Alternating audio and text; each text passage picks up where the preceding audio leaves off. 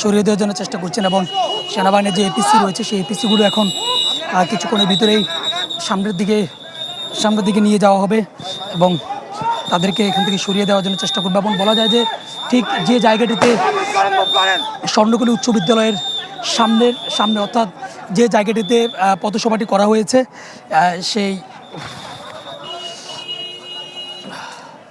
সেই জায়গাটির দিকে মূলত যারা হামলাকারী তাদের অবস্থান রয়েছে এবং তারা কিন্তু জায়গাটি তারা ছাড়ছেন না এবং কোনো ক্রমেই তারা এখান থেকে সরে যাচ্ছেন না।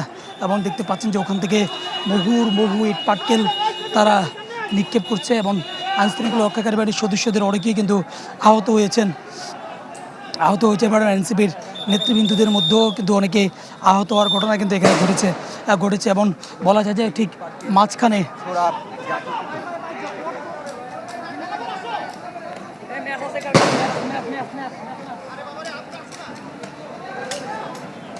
এবং ধীরে ধীরে তারা কিন্তু এখানে অবস্থান নিচ্ছেন। দেখতে পাচ্ছেন যে আমার পিছনের যে অংশটি একেবারে বলা যায় যে পুরোটাই ইট পাটকেল নিক্ষেপ করে বৃষ্টির মতো তারা পাথর মারছে এবং ধীরে ধীরে তারা সামনের দিকে আসছে। ওইদিকেও যারা হামলাকারী তাদের অবস্থান রয়েছে এবং এদিকটাও হামলাকারীর অবস্থান রয়েছে। শুধু মাঝখানে যে জায়গাটি সেখানেই আইনশৃঙ্খলা রক্ষাকারী বাহিনীর সদস্যরা অবস্থান নিচ্ছেন। তারা সর্বোচ্চ চেষ্টা করছেন পরিস্থিতি নিয়ন্ত্রণ আনার জন্য। তবে এখন পর্যন্ত এনসিপির কেন্দ্রীয় নেতৃবৃন্দ রয়েছেন তারা এখানে অবস্থান নিচ্ছেন এবং পিছনে গাড়ি পুলিশ এখন তাদের দিকে পুলিশ তাদেরকে ধাওয়া দিচ্ছেন, তাদেরকে সরিয়ে দেওয়ার জন্য পুলিশ চেষ্টা করছেন। দেখতে পাচ্ছি সেনাবাহিনী এবং পুলিশ একযোগে তাদেরকে এখান থেকে সরিয়ে দেওয়ার জন্য এখন ধাওয়া দিয়েছেন। ইতিমধ্যে আন্দোলনকারী যারা রয়েছেন তারা পিছু হটেছেন। দেখতে পাচ্ছেন যে পুরো এলাকাটিতে কালো ধোঁয়ায় ভরে গেছে। প্রত্যেকটি অনেকগুলো ভবনও কিন্তু ইতিমধ্যে আগুন ধরিয়ে দেওয়া হয়েছে এবং সেনাবাহিনী এবার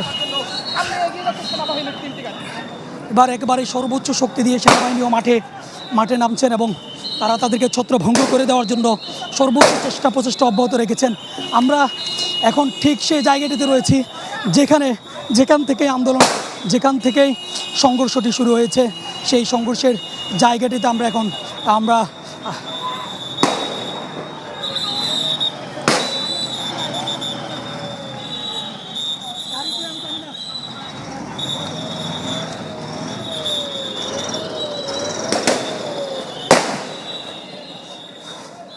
এবং আইনশৃঙ্খলা রক্ষাকারী বাহিনীর সদস্যরা সর্বোচ্চ চেষ্টা করছেন এখানকার পরিস্থিতি নিয়ন্ত্রণে আনার জন্য।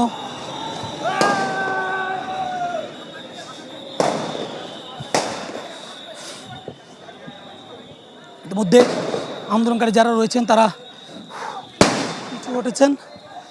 পিছু হটেছেন এবং এই জায়গাটি মূলত এখন অনেকটা বলা যায় যে সেনাবাহিনী, পুলিশ এবং এপিবিএনের সদস্যরা মিলে এটিকে নিয়ন্ত্রণে আনার জন্য সর্বাত্মক চেষ্টা করছেন। কিন্তু আন্দোলনকারীরা এখানকার বিষয় হচ্ছে আন্দোলনকারীরা যেদিক থেকে একদিক থেকে সরিয়ে দিলে আরেক দিকে গিয়ে তারা মূলত অবস্থান নিচ্ছেন এবং তারা সেই সামনের দিক থেকে সরিয়ে দিলে পিছনের দিকে অবস্থান নেন এবং পিছনের দিক থেকে সরিয়ে দিলে আবার ঘুরে এসে সামনের দিকে তাদের যে অবস্থান সেই অবস্থানটি তারা নেয় এবং প্রত্যেকটি বলা যায় যে ছাদের উপর থেকে বিভিন্ন ভবনের উপর থেকে তারা এই হামলাগুলো করছেন এবং গোপালগঞ্জ যে পৌর ভবন সেই ভবনের উপরেও কিন্তু আমরা দেখতে পাচ্ছি যে কয়েকজন ছাত্রলীগের লোকরা আশ্রয় নিয়েছেন এবং হামলাকারীরা আশ্রয় নিয়েছেন। সেখানে পুলিশ তাদেরকে সেখান থেকে সরিয়ে দেওয়া এবং তাদেরকে আটক করার জন্য সর্বাত্মক চেষ্টা করছেন এবং আইনশৃঙ্খলার বাহিনীর সদস্যরাও কিন্তু অনেকটা বেগ পেতে হচ্ছে আজকের এই পরিস্থিতি নিয়ন্ত্রণ আনতে। এবং দেখতে পাচ্ছেন যে